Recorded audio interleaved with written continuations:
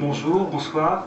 Merci à Madame Nohidé Anzalechi de m'avoir convié à intervenir au sein de cette association Culture Libre.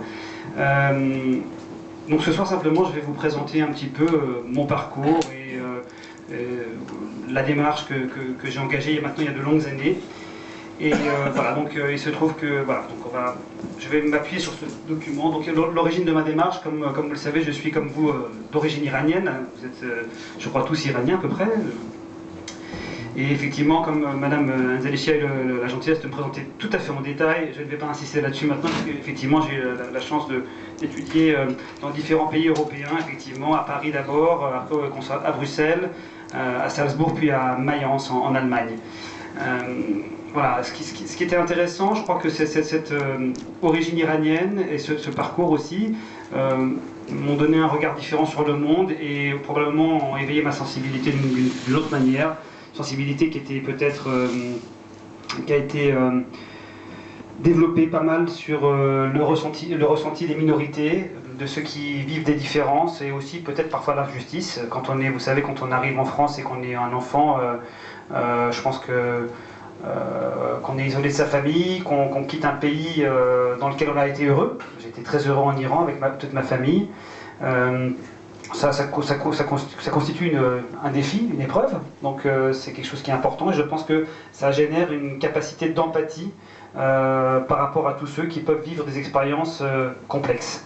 Voilà, donc, mais tout ça c'est un constat, mais la chance peut-être que j'ai eue, c'est qu'ayant eu des années quand même de bonheur, voilà, en Iran, j'ai eu des souvenirs très très heureux dans mon pays, c'était de la joie. Eh bien ça m'a donné la force et l'envie et le besoin d'agir. Donc ça c'était quelque chose qui était important. Alors comment? D'abord effectivement je pense que la rencontre, la découverte de la musique, et la musique classique en particulier, ça a été quelque chose qui a été important dans ma vie puisque finalement l'irruption de la beauté dans ma vie, l'émotion musicale, l'émotion artistique, ça a été quelque chose qui m'a fait percevoir qu'en fait, voilà, il y avait un avenir qui pouvait être radieux, un avenir qui pourrait être beau, et qu'en fait la beauté avait une capacité à changer nos vies au quotidien, dans les difficultés, dans les moments où... Voilà, en tout cas, ça avait une capacité à nous renforcer, à nous élever, à nous donner du courage, à nous donner envie d'avancer. Donc ça c'est quelque chose qui a été important pour moi aussi. Et donc, la musique c'était une première étape, mais aussi je me suis dit, mais comment faire ce métier en même temps et essayer d'être totalement incarné dans son métier, parce que c'est bien pour un artiste de rentrer sur scène, de pouvoir d'avoir la chance de se produire, de faire de la musique ou de pouvoir danser, comme Charlotte tout à l'heure, je sais qu'il est là, donc effectivement c'est une chance pour les artistes de pouvoir se produire en public et d'aller à la rencontre du public. Mais en même temps, j'avais pas envie de faire une carrière, voilà, entre guillemets standard, de rentrer dans un orchestre, ou voilà, et donc pour moi c'est important de réinventer un modèle professionnel. Et donc effectivement c'était en créant des ponts et des passerelles, donc la musique et l'engagement social aussi, vous voyez il y a trois couleurs, bleu, rose et vert, et comme ça on va pouvoir décliner ça un petit peu ensemble. Donc il y a eu 6 champs d'action, avec ma femme Caroline Sénéclos qui est ici présente. On a lancé il y a presque 10 ans les saisons de la solidarité, donc vous verrez un petit extrait tout à l'heure vidéo de ce projet. Et là, notre objectif, c'était de mettre la musique au service de l'homme et d'accompagner le travail des organisations humanitaires et caritatives. C'est-à-dire qu'effectivement, on s'est dit comment faire en sorte que tout d'un coup, la musique fasse irruption dans la vie des gens, que la musique soit utile pour fédérer et créer des synergies en fait. Et ça marche très bien puisque en 9 ans, on a pu donner 27 concerts et on a presque reversé presque 700 000 € à 27 associations. Donc c'est quand même quelque chose d'important, puisqu'à chaque concert que nous donnons à la salle Gaveau, eh bien, l'intégralité des recettes de billetterie, l'intégralité, sont reversées à des associations bénéficiaires.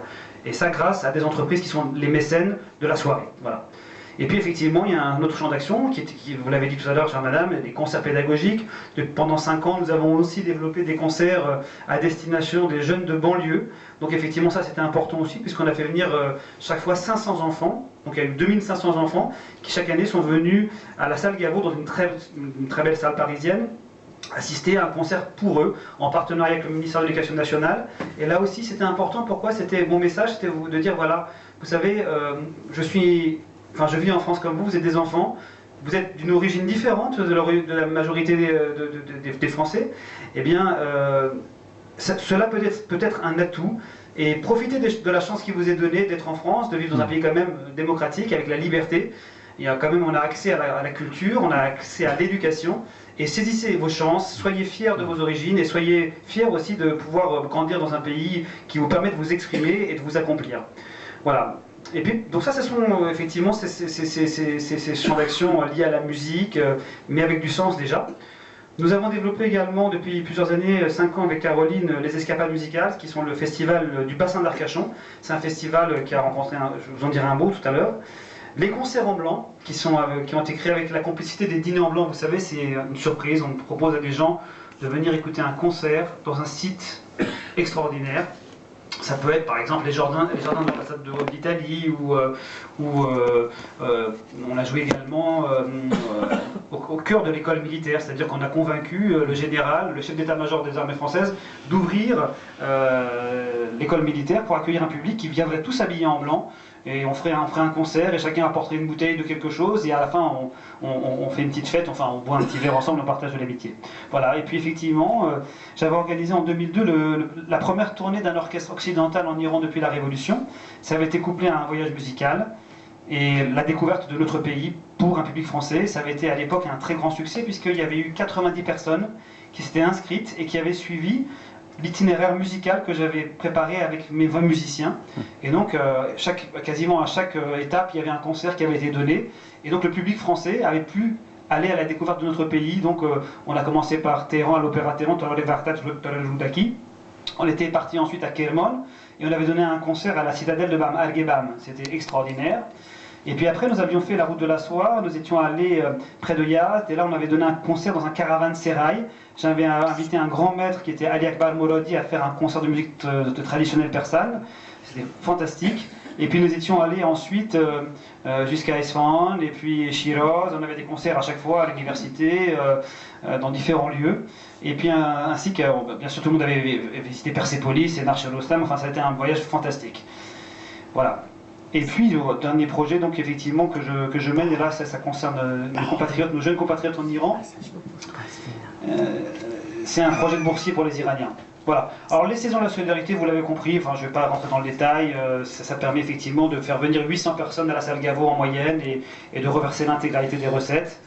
Ça permet de faire connaître l'engagement des associations caritatives humanitaires, de montrer et de les encourager, parce qu'effectivement, ça communique, c'est une grande fête, il y a la beauté de la musique qui vient aussi apporter une contribution, qui vient les encourager eux, qui vient encourager tout leur écosystème, c'est-à-dire que ce soit leurs bénévoles, que ce soit si c'est une ONG qui travaille dans le domaine de la recherche médicale, eh bien il y a des médecins qui sont là, des scientifiques qui sont là, et ça leur donne du baume au cœur, et ça les encourage à aller de l'avant.